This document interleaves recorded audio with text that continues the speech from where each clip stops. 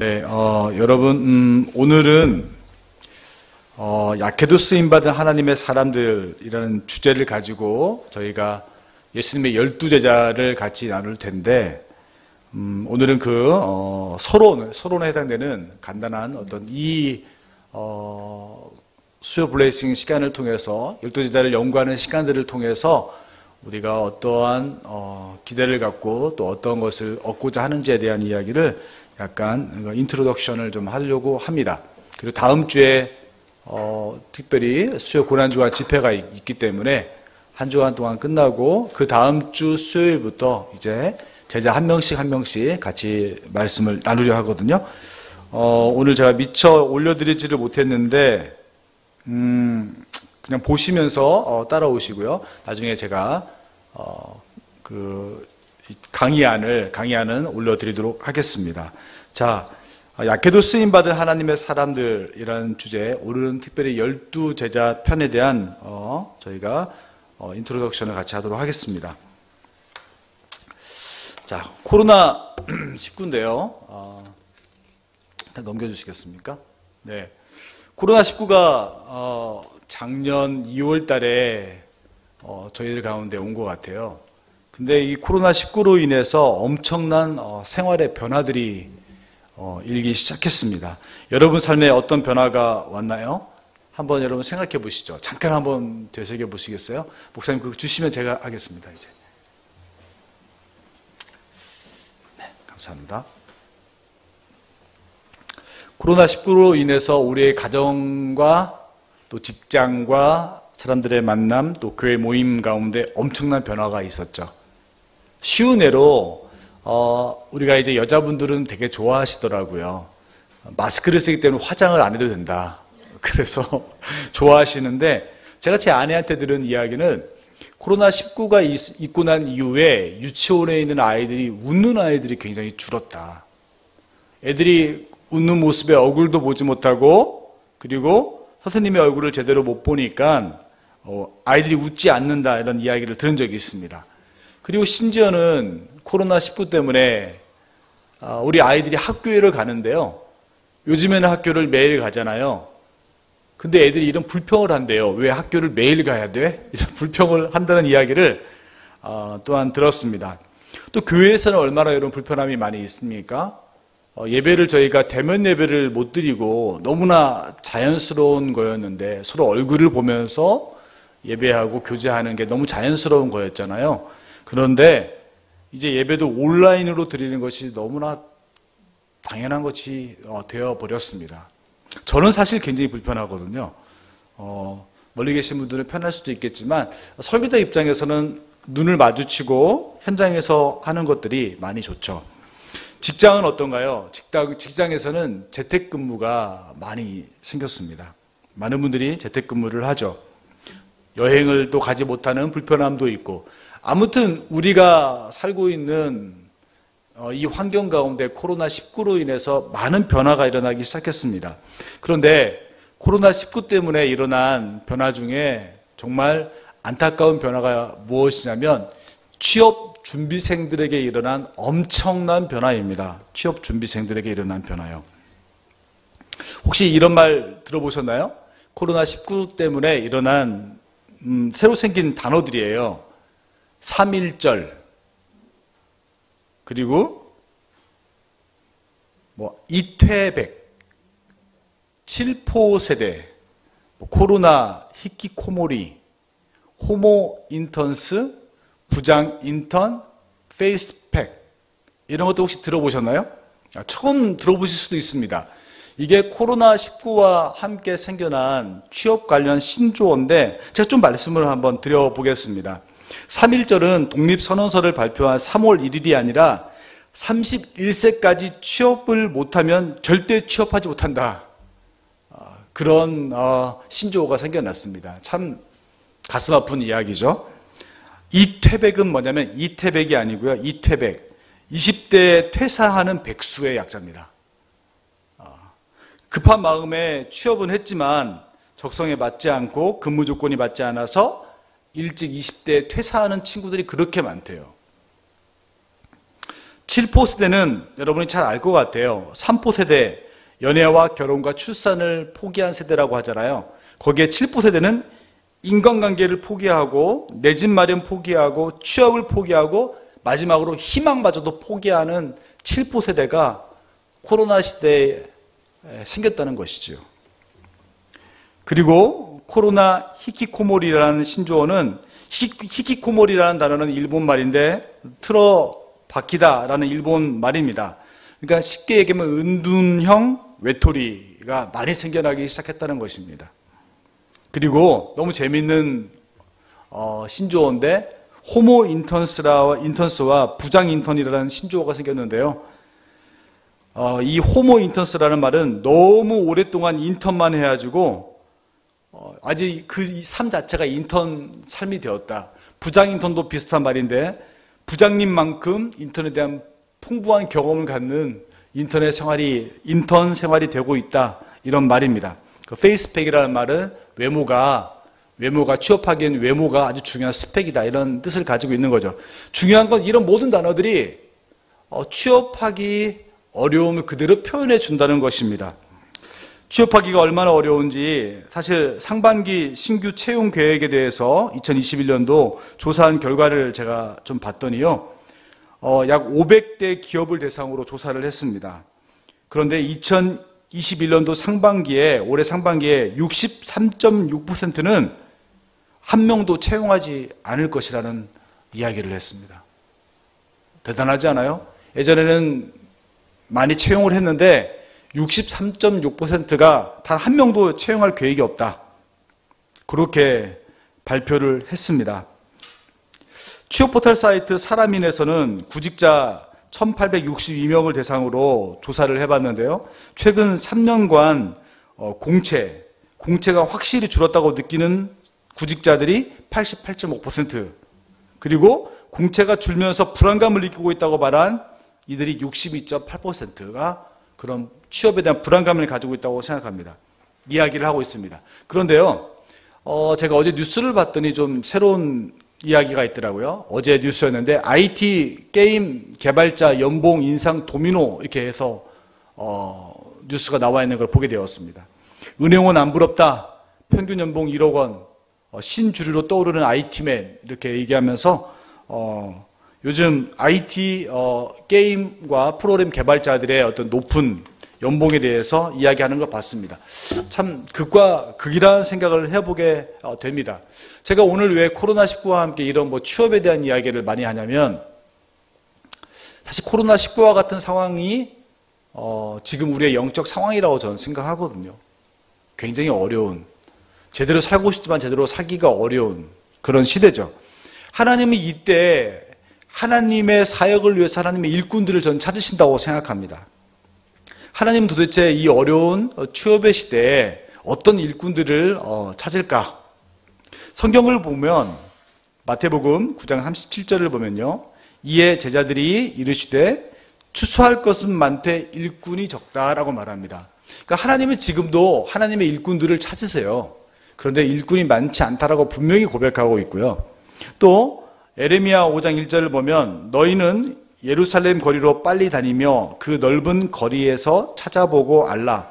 너희가 만일 정의를 행하며 진리를 구하는 자를 한 사람이라도 찾으면 내가 이 성읍을 용서하리라. 하나님은 지금도 추수할 것이 너무 많고 함께 일할 일꾼들을 찾고 계실 뿐만 아니라 하나님한테는 사실 많은 사람이 필요한 건 아니에요. 정말 준비되어 있는 한 사람이면 충분하다고 그렇게 말씀을 하고 있습니다. 하나님께서 이처럼 함께할 동역 일꾼들을 찾는 이유는 하나님의 능력이 부족해서가 아니고 하나님의 사역에 함께 동참하면서 그 영광을 누리기 위함입니다. 그러니까 여러분, 우리가 착각하면 안 되는 게 우리가 열심히 살아감으로 하나님이 더 영광스러워지거나 영화로운 존재가 되는 게 아니에요. 하나님은 이미 충분히 영광스러운 존재입니다. 인간의 그 어떤 미사억으로도 그 무엇으로도 하나님의 영광을 다 표현할 수 없을 정도로 하나님은 위대하시고 영광스러운 존재예요, 이미. 그런데 하나님이 그 영광스러운 사역 가운데 우리를 초대하신 이유가 무엇인가? 그것은 하나님의 영광에 동참하는 기쁨을 우리 가운데 주기 위함입니다. 그래서 하나님은 지금도 하나님의 사람들을 찾고 계세요. 하나님의 사람들을 찾고 계세요. 그렇다면 하나님이 찾으시는 사람은 어떠한 사람일까? 어떠한 사람일까? 하나님이 찾으시는 사람은요, 한마디로 위대한 사람이 아닙니다. 왜냐하면 하나님이 위대하기 때문에 하나님은 위대한 사람이 필요하지 않아요. 하나님이 필요로 하고 하나님이 찾는 사람은 위대하신 하나님의 손을 붙잡은 연약한 사람들, 그 사람들을 하나님은 찾으시고 그들과 함께 하나님의 놀라운 역사를 써가시기를 기뻐하십니다. 제가 요즘 한 집사님과 함께 이재철 목사님이 쓰신 새신자반이라는 책을 가지고 성경 공부를 같이 하고 있습니다. 어제였는데요. 어제 2장 인간은 누구인가 라는 주제를 가지고 같이 이야기를 아주 재밌게 나누었습니다. 근데 그 새신자반이라는 책에서 이재철 목사님이 인간은 누구인가를 이야기할 때 창세기 2장 7절에 있는 말씀을 가지고 인간은 어떤 존재인지를 풀어가시거든요. 창세기 2장 7절은 이렇게 기록되어 있습니다. 여호와 하나님이 흙으로 사람을 지으시고 생기를 그 코에 불어 넣으시니 사람이 생명이 된지라. 하나님께서 인간을 창조하실 때 흙이라는 도구를 가지고 창조했음을 성경에 굳이 기록하고 있거든요. 하나님이 사람을 창조하셨다, 그리고 기뻐하셨다라고 기록하면 될 것 같은데 왜 흙이라는 그 재료를 굳이 성경이 기록했을까? 하나님은 왜 흙으로 사람을 창조하셨을까? 사실 번드르하고 외모가 멋있는 건 대리석이 훨씬 더 멋있죠. 대리석으로 사람을 창조하면 더 멋있었을 것 같아요. 그리고 강함으로 생각하면 하나님이 강철로 사람을 창조하셨다면 뭐 총 같은 거 맞아도 죽지 않는, 그렇죠? 그러한 사이보그 같은 사람이 되겠죠. 철이 강하잖아요. 철로 만들지 않고 왜 흙으로 만드셨을까? 아니, 귀중한 것으로 따져보면 하나님이 금으로 사람을 만드셨으면 사람이 얼마나 귀한 존재이겠습니까? 근데 하나님은 이상하게 흙으로 사람을 만드셨다는 거예요. 그런데 이 흙 안에 우리가 묵상해야 될 많은 주제가 있는데 목사님은 4가지로 그 묵상의 주제를 말씀하셨습니다. 첫 번째로 흙 안에 생명이 있다는 것입니다. 흙은 무엇인가를 심으면 생명을 잉태케 하는 놀라운 능력이 흙 안에 있습니다. 그러므로 하나님이 사람을 흙으로 만드신 것은 생명 자신도 생명을 얻은 존재이기도 하지만 흙처럼 또한 생명을 나누며 살아가는 존재인 것, 그게 인간의 목적이라는 거예요. 인간은 생명을 나누는 존재라는 것입니다. 그래서 흙으로 만들었다는 것입니다. 두 번째, 사랑입니다. 흙은 사랑이거든요. 흙은 모든 것을 다 포용합니다. 생각해보면 온갖 쓰레기가 다 흙에 묻히지만 흙은 그것을 다 포용하고 그것을 정화시키는 놀라운 힘을 가지고 있습니다. 사랑의 힘이죠. 그래서 모든 인간은 흙처럼 모든 것들을 품을 수 없는 것조차도 품어야 되는 그러한 사랑을 가진, 사랑을 전하며 살아가야 될 존재이다 라고 말하는 것입니다. 세 번째는 정직입니다. 대통령이 자기가 사과를 좋아한다고 배나무 심고 난 다음에 사과에 맺혀라 한다고 사과가 맺히나요? 콩 심은 데 콩 나오고 팥 심은 데 팥이 납니다. 하나님은 흙으로 우리를 지으셔서 정직한 존재로 살아가도록 만드셨습니다.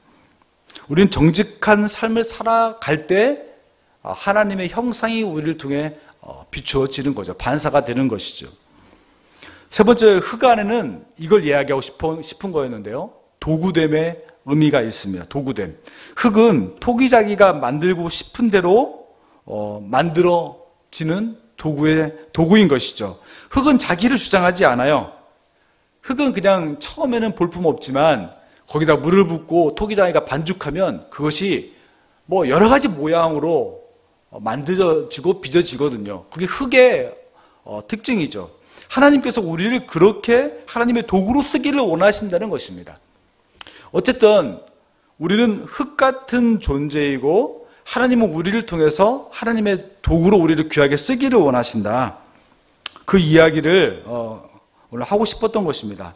그러므로 하나님께 쓰임받는 사람들의 고백이 있다면 그것은 이 고백이라고 저는 생각하거든요. 나는 진흙이다. 한번 따라해 보겠어요? 나는 진흙이다. 우리가 하나님의 도구됨을 고백하는 시간이 저는 약해도 하나님께 쓰임받은 사람들, 이 하나님의 사람들, 12제자를 공부하면서 우리 안에 이 고백이 있기를 바랍니다. 나는 진흙 같은 존재이다. 여러분이 이 12제자를 보면서 많은 것 보려고 하지 마시고요. 12제자 안에 있는 연약함이 있지만 하나님이 그것을 어떻게 이렇게 주물러 가지고 아름다운 작품으로 만드셨는가, 그거 보는 게 12제자를 공부하는 목적이 되어야 할 것입니다.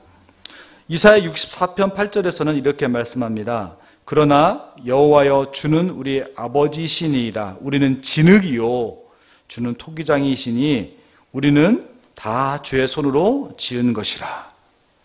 토기장이가 가장 다루기 쉬운 흙이 여러분 진흙입니다. 최상급의 흙은 아닐지라도 결함도 있지만 만지는 대로 변화되는 것이 진흙이거든요. 하나님께서 진흙 같은 우리를 빚으실 때, 가치 없는 그 진흙 같은 존재를 하나님의 손길이 닿아서 빚기 시작할 때 얼마나 멋진 하나님의 작품이 되는가, 그게 보여주는 것이 12제자들의 모습인 것입니다. 자, 12제자들은 다 진흙 같은 존재예요. 여러분 이 그림이 보이시는지 모르겠지만, 어떤 분이 이 사파를 그렸는지 모르겠지만 12제자들이 너무 다 멋있어요. 수염도 굉장히 멋스럽게 나고, 그리고 코도 아주 오똑하고 눈도 크고 아주 다 멋있는데, 12제자들은 사실 이렇게 멋진 사람들이 아니에요. 위풍당당한 사람들도 아닙니다.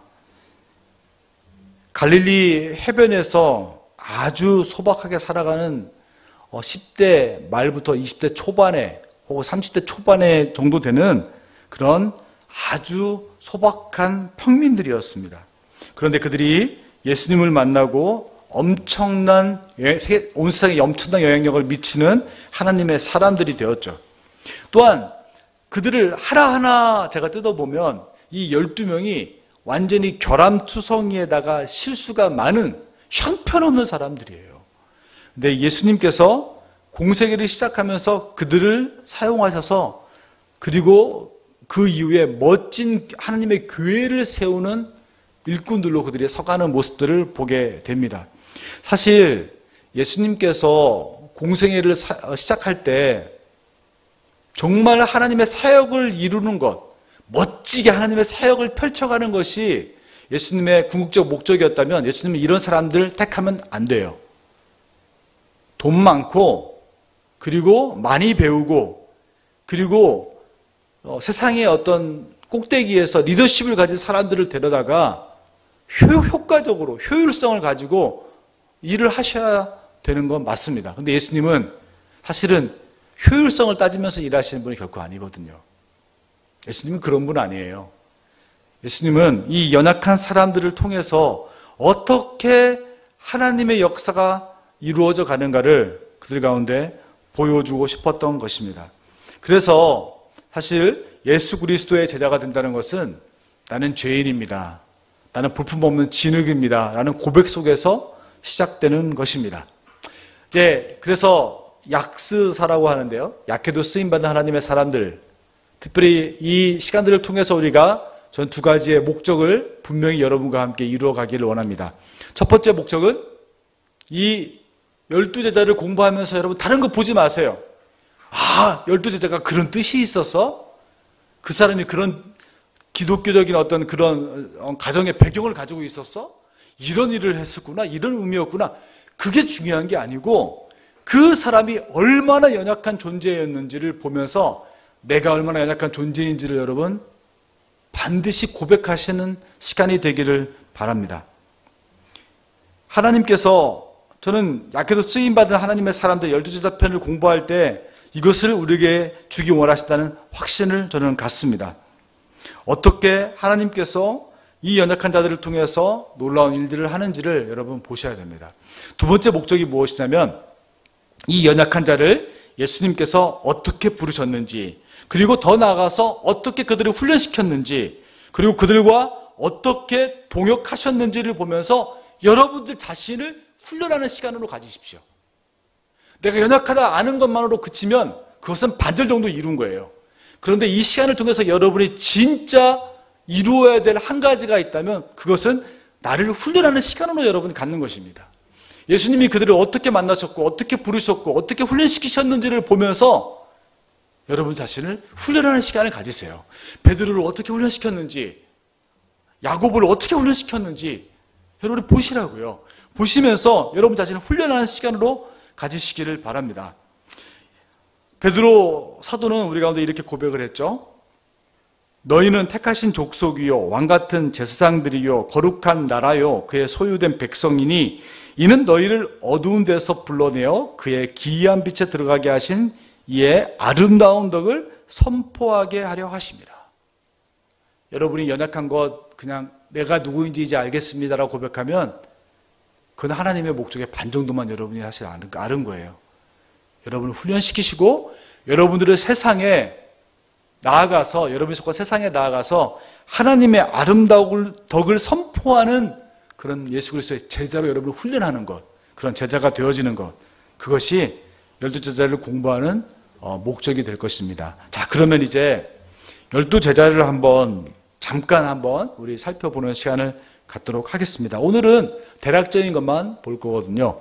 자, 12제자를 여러분 기억하시나요? 여러분 12제자를 한번 아시는 분은 한번 12개를 한번 다 잠깐 시간을 드리겠습니다. 한번 세어보겠습니까? 자, 한번 세어보십시오.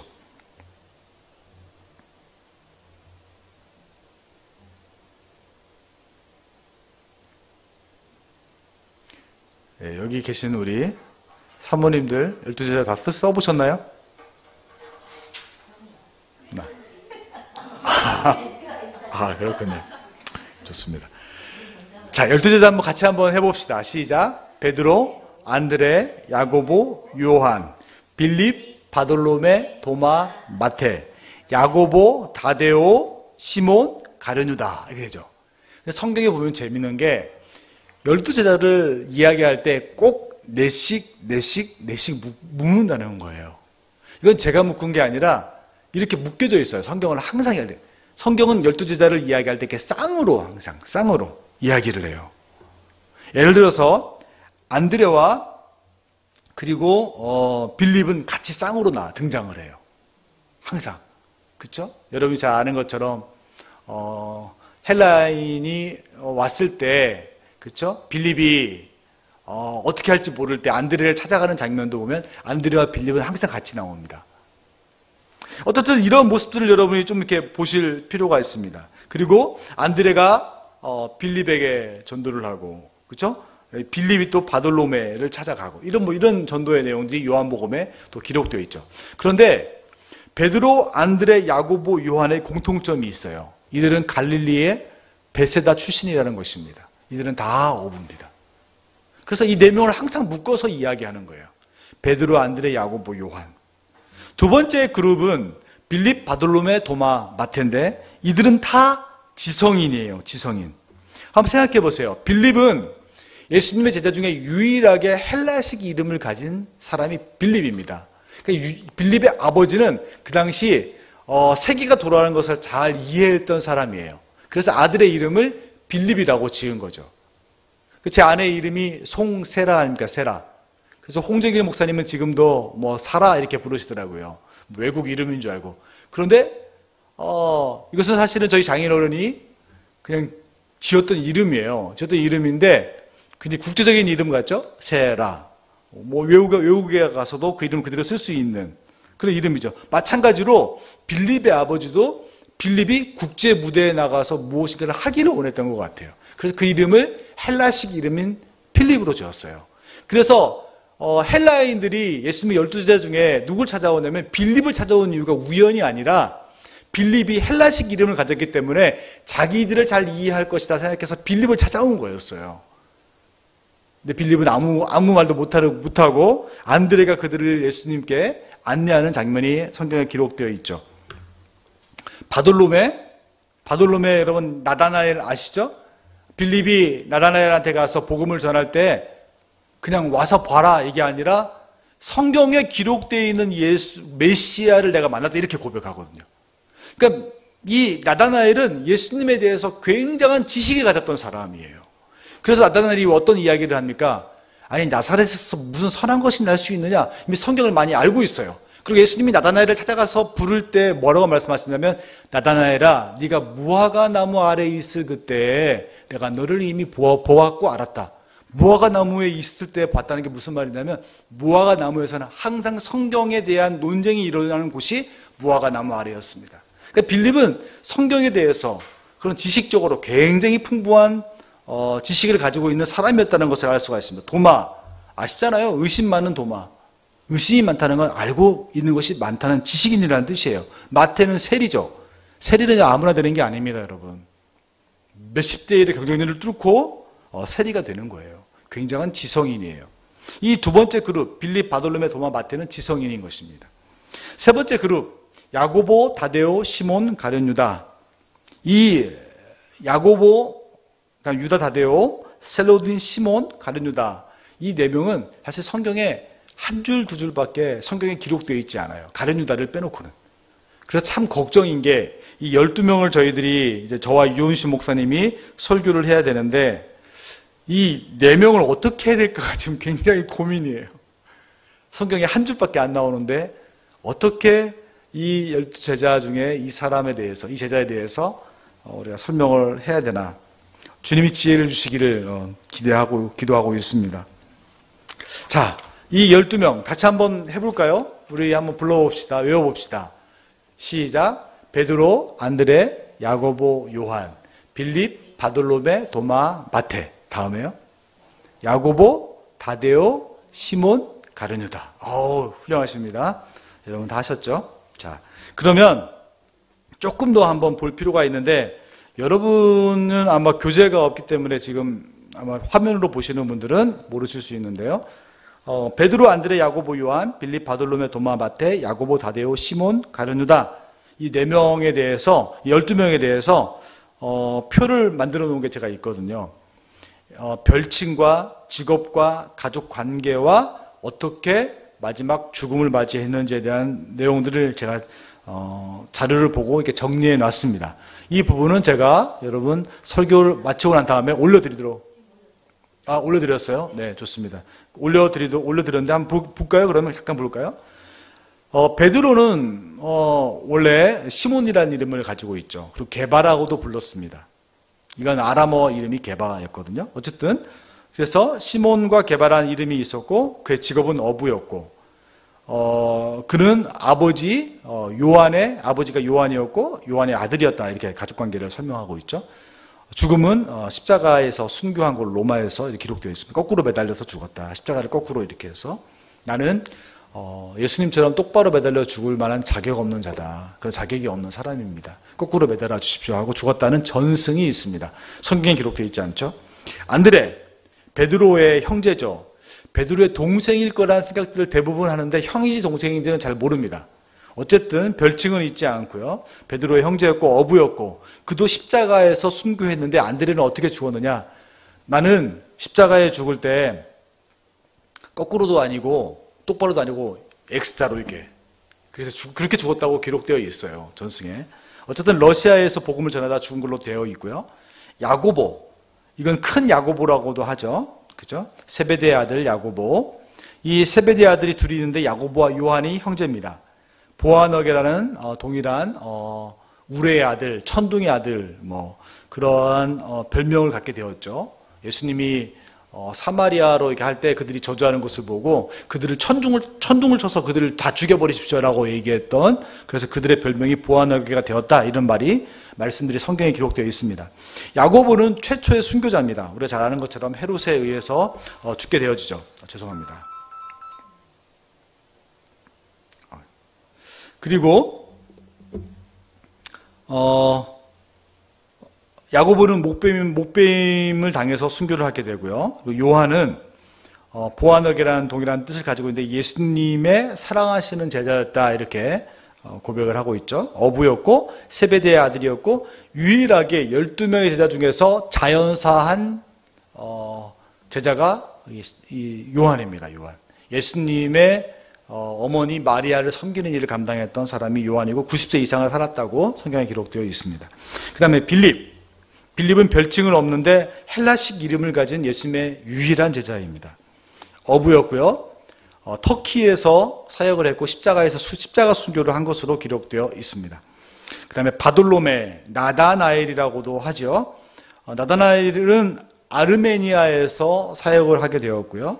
그리고 십자가에서 못배임 당해서 순교를 당한 것으로 십자가에서 순교했다는 설도 있고 못배임 당해 순교했다는 설도 이렇게 있습니다.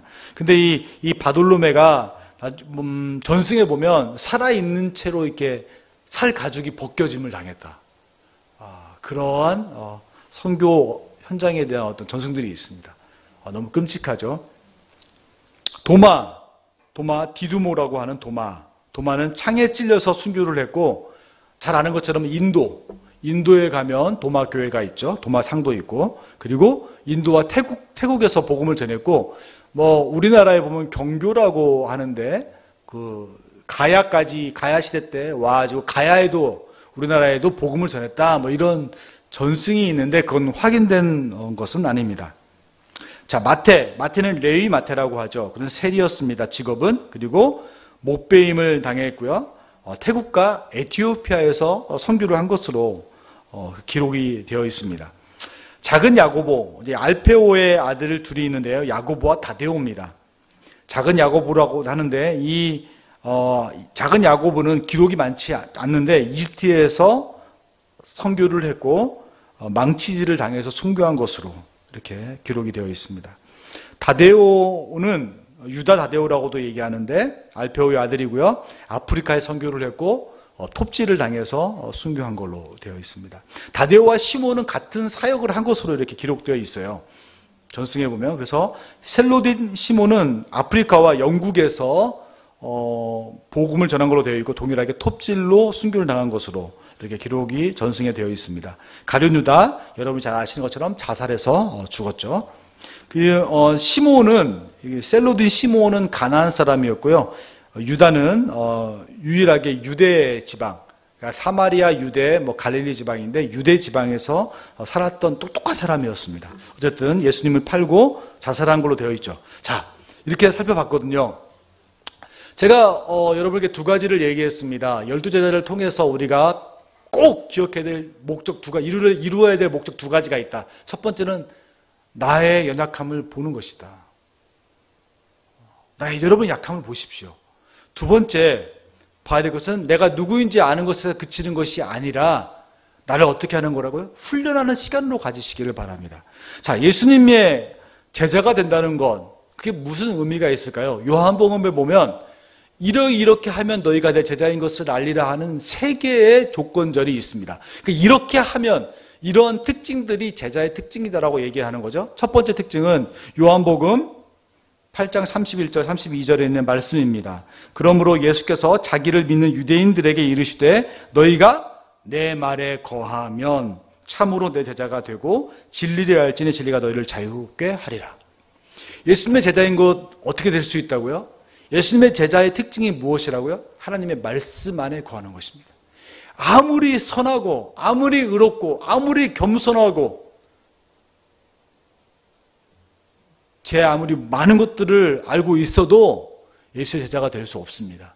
예수의 제자는 예수님이 말씀하시기를 내 말에 거하는 사람, 하나님 말씀을 묵상하고 아는 사람이 예수 그리스도 제자예요. 두 번째로 요한복음에서 예수님의 제자가 된다는 것은 무슨 의미인가? 요한복음 13장 13절, 34절, 35절의 말씀. 새 계명을 너희에게 주노니 서로 사랑하라. 너희가 서로 사랑한 것 같이 내가 너희를 사랑한 것 같이 너희도 서로 사랑하라. 너희가 서로 사랑하면 이로써 모든 사람이 너희가 내 제자인 줄을 알 것이다.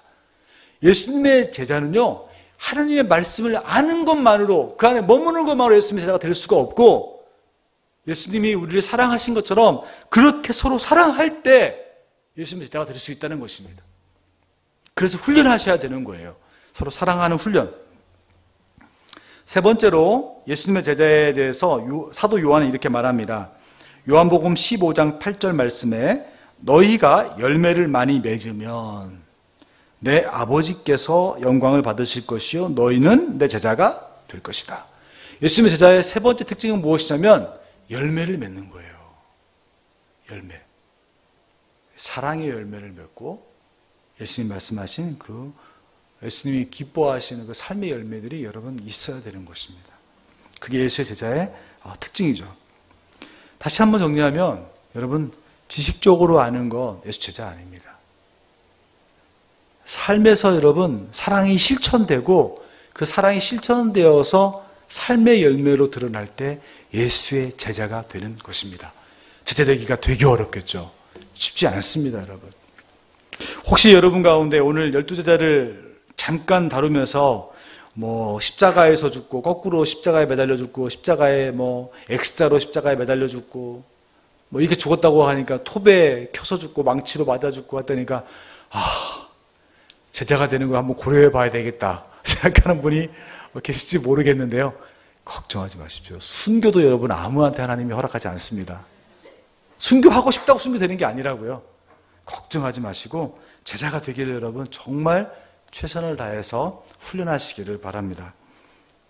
자, 이제 마지막으로 저는 이런 고민을 가지고 이번 12제자 약해도 쓰임받은 예수님의 12제자 편을 여러분 준비합니다. 알면서 삶으로. 자, 한번 여러분 생각해 보면요. 우리가 성경을 통독하고 있습니다. 성경에 대한 지식들이 우리 가운데 부족한가요? 아니, 어느 정도는 다 알고 있을 겁니다. 그리고 성경을 굳이 다 속속들이 알지 못한다 할지라도 하나님이 허락하신 양심을 따라서 어떤 삶을 살아가야 될지는 다 알고 있습니다. 그런데 그 아는 것들이 왜 삶이 안 될까요? 그 고민되지 않으세요? 우리가 알고 있는데 그 알고 있는 것들이 왜 삶으로 드러나지 않냐고요. 이거 여러분을 향해 꾸짖는 게 아니라 제 자신을 향해 꾸짖는 거예요. 왜 알고 있는데, 야 황주석, 너 그렇게 많이 성경 읽고 그렇게 많이 알고 있는데 너 왜 삶이 그 모양이야? 하나님이 저한테 그렇게 얘기하신다고요. 왜 아는 것이 삶으로 실천되지 못할까요? 그것은 여러분 제가 고민해보고 고민해봤더니 뭐가 부족하냐면 제가 알고 있는 이 믿음에 대한 것들을 구체화하는 작업들이 제 삶에 없었던 것입니다. 믿음은 바라는 것들의 실상이고 보지 못하는 것들의 증거다. 정의를 알고 있는데 믿음이 도대체 삶에서 무엇인가라는 구체적인 삶의 적용들, 구체화하는 작업들을 믿음은 내가 경비 아저씨들한테 보면서 아침에 인사하는 게 믿음이야. 그런 구체화 작업을 하지 못하니까 삶으로 드러나지 않는 거라고요. 우리가 알고 있는 믿음을 여러분 그냥 아는 것에 그친다면 절대로 여러분 그 삶의 열매로 드러나는 예수 제자 되기 어려울걸요. 우리가 그 훈련을 하기를 원합니다. 12제자를 공부하면서 다른 것 하지 말고요. 이 알미 삶이 되는 구체화한 작업들을 어떻게 하면 되겠구나. 그래서 여러분에게 드리는 첫 장에 베드로, 안드레, 야고보, 요한 그 옆에 뭐라고 하냐면 나의 고백. 어떻게 내가 오늘 베드로에게 배운 것 중에 한 가지라도 그것을 어떻게 믿음으로 구체화할 것인지를 같이 한번 고민해보고 고백해보자는 것입니다. 그것이 12제자를 공부하는 목적이 될 것입니다. 오늘 제가 두 그림을 가져왔죠. 이 한 그림은 누구 그림이냐면 제 이름도 잘 잊어버렸는데 켈리라는 사람의 그림이에요. 미국의 초현실주의 작가고 추상화 대표적인 작가인데 아마 타계하신 것으로 제가 알고 있는데 이렇게 저희 아이도 그릴 수 있는 그림을 도화지에 그려놓고 이게 수백만 원, 수천만 원씩 팔린다는 거 아닙니까? 수억씩 팔린다는 거 아니에요. 이런 그림 저도 그릴 수 있을 것 같아요. 참 어렵죠? 도대체 이 그림을 왜 그려놨지? 그래서 이게 무슨 의미이지? 저는 저는 그림을 참 좋아하긴 하는데 추상화는 난해해요. 어려워요. 우리가 이 아는 것들을 여러분 정말 삶으로 우리가 구체화시키지 않으면 삶으로 절대로 드러나지 않아요. 저는 사실 그래서 이 추상화라든가 그런 초현실주의 작가 이런 것들을 별로 안 좋아하고요. 그냥 의미가 깊다 이 정도는 알지 모르겠지만 저는 이렇게 사실화를 좋아합니다.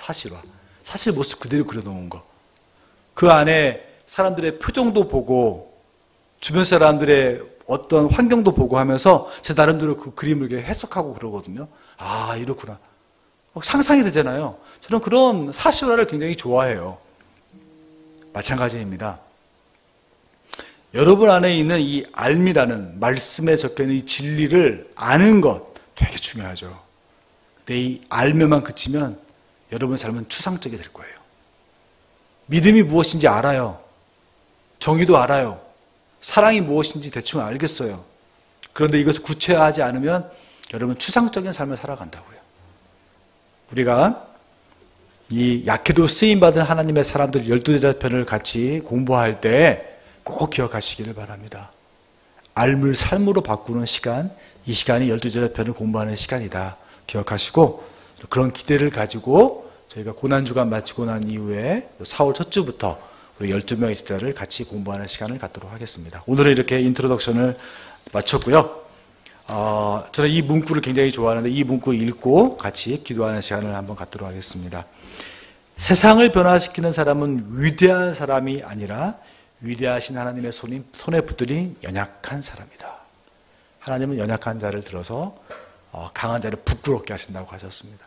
그 연약한 사람, 그 하나님의 손에 붙들린 연약한 사람이 저와 여러분이 되기를 주님의 이름으로 축원해 드립니다. 자, 같이 찬양할 때 나 주님의 기쁨 되기 원하네 찬양하기를 원합니다. 우리의 궁극적 목적은 하나님의 기쁨이 되는 거죠. 이 찬양의 고백을 같이 드리면서 나 주님의 기쁨 되기 원하네 우리의 믿음으로 고백합시다.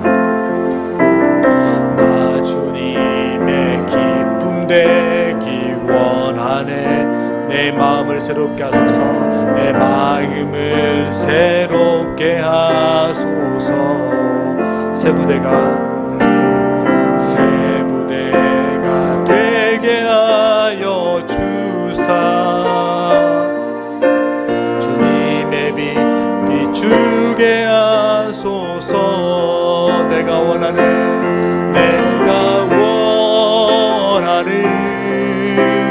한 가지 주님의 기쁨이 되는 것 내가 원하는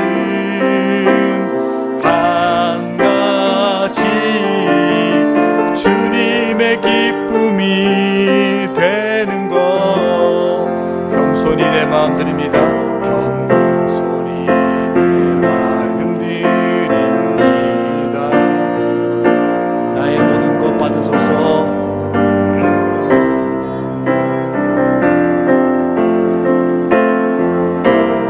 나의 마음 깨끗게 씻어 주사 주의 길로 행하게 하소서. 내가 원하는 한 가지 주님의 기쁨이 되는 것 내가 원하는 한 가지 주님의 기쁨이 돼 내가 원하는 한 가지 내가 원하는 주님의 제자가 되는 것 주님의 제자가 되는 것 내가 원하는 한 가지 주님의 제자가 되는 것 주님의 제자가 되는 것 이제 같이 기도합시다. 우리가 이제 4월달부터 예수님의 12제자 편 약해도 쓰임받은 하나님의 사람들이라는 주제를 가지고 예수님의 12제자를 같이 연구해 갈 것입니다. 여러분 뭐 어떤 기대를 가지고 계십니까? 얼마나 많은 지식, 얼마나 많은 정보를 얻을까? 여러분 그런 기대 다 그냥 내려놓으세요. 새로운 것 없습니다. 다만 여러분께 제가 당부하는 두 가지 기대가 있습니다. 윤유신 목사님과 제가 기대하는 두 가지, 아니 하나님이 원하시는 두 기대가 있습니다.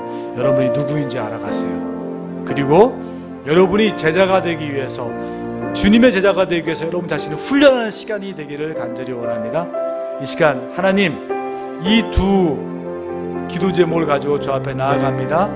예수님의 12제자를 배우는 기간 동안에 나의 연약함, 제자들의 연약함을 통해 나의 연약함을 보게 하시고 내가 누구인지 깨달아 알게 하시고 나아가서 예수 그리스도의 제자가 되게 하는 훈련할 수 있는 시간 될 수 있도록 저를 훈련시켜 주옵소서.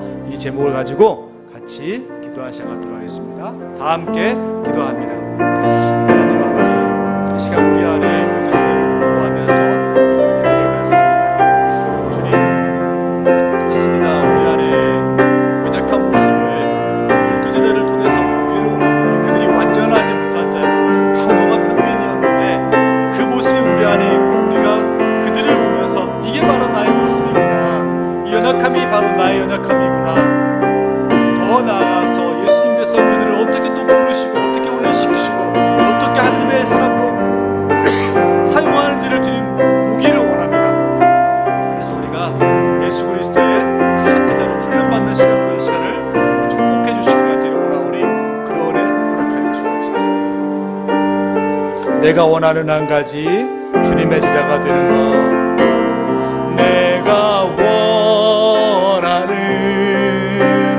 한 가지 주님의 제자가 되는 것, 내 제자가 되는 것, 내가 원하는 한 가지 주님의 제자가 되는 것. 하나님, 약해도 쓰임받는 하나님의 사람들을 성경에서 무수히 묵상하게 하신 것 감사합니다. 특별히 예수님의 12제자, 너무나 연약한 그들이 예수 그리스도의 손을 붙잡았을 때 하나님이 그들을 통해 위대한 주님의 일을 이루셨음을 우리가 성경을 통해 분명하게 묵상하고 또 보고 알게 되었습니다. 하나님, 우리가 예수님의 12제자 편을 같이 나누며 공부할 때 두 가지 우리 안에 분명한 고백이 있기를 원합니다. 내가 얼마나 연약한 존재인가 겸손하게 우리를 바라보는 시간을 허락해 주시고, 나아가서 우리가 그 겸손함, 내가 누구인지 아는 데만 머무르지 않고 내 자신을 훈련하는 시간으로 이 시간들을 복주시기를 원합니다. 그래서 주님이 기뻐하시는 참 제자가 될 수 있도록 우리와 함께하여 주옵소서. 이 모든 말씀 예수 그리스도의 이름으로 기도드리옵나이다. 아멘. 주기도문으로 모든 순서를 마치겠습니다. 하늘에 계신 우리 아버지여, 이름이 거룩히 여김을 받으시오며 나라의 임하옵시며 뜻이 하늘에서 이루어진 것 같이 땅에서도 이루어지이다. 오늘날 우리에게 일용할 양식을 주옵시고 우리가 우리에게 죄 지은 자를 사하여 준 것 같이 우리의 죄를 사하여 주옵시고 우리를 시험에 들게 하지 마옵시고 다만 악에서 구하옵소서. 대개 나라와 권세와 영광이 아버지께 영원히 있사옵나이다. 아멘.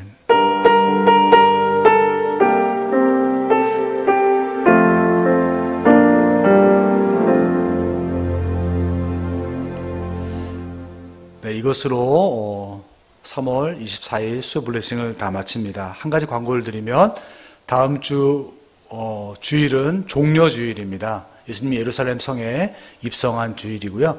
월요일부터 예수님께서 예루살렘 성 안에서 말씀을 전하면서 고난을 준비하시는 시간이거든요. 그래서 고난주간 집회가 저희 교회에서 월요일부터 금요일까지 진행이 되고, 또 부활주일, 그 다음 4월 첫째 주 부활주일에는 성찬식을 진행할 예정입니다. 여러분 기억하시고 기도해 주시고, 온라인과 또 대면 예배를 같이 하니까요, 시간이 있으신 분들은 오셔서 대면 예배로 같이 참석해 주시고, 부득이한 분들은 온라인으로 여러분 예배에 같이 참석해 주시면 감사하겠습니다. 자, 수고하셨습니다. 감사합니다.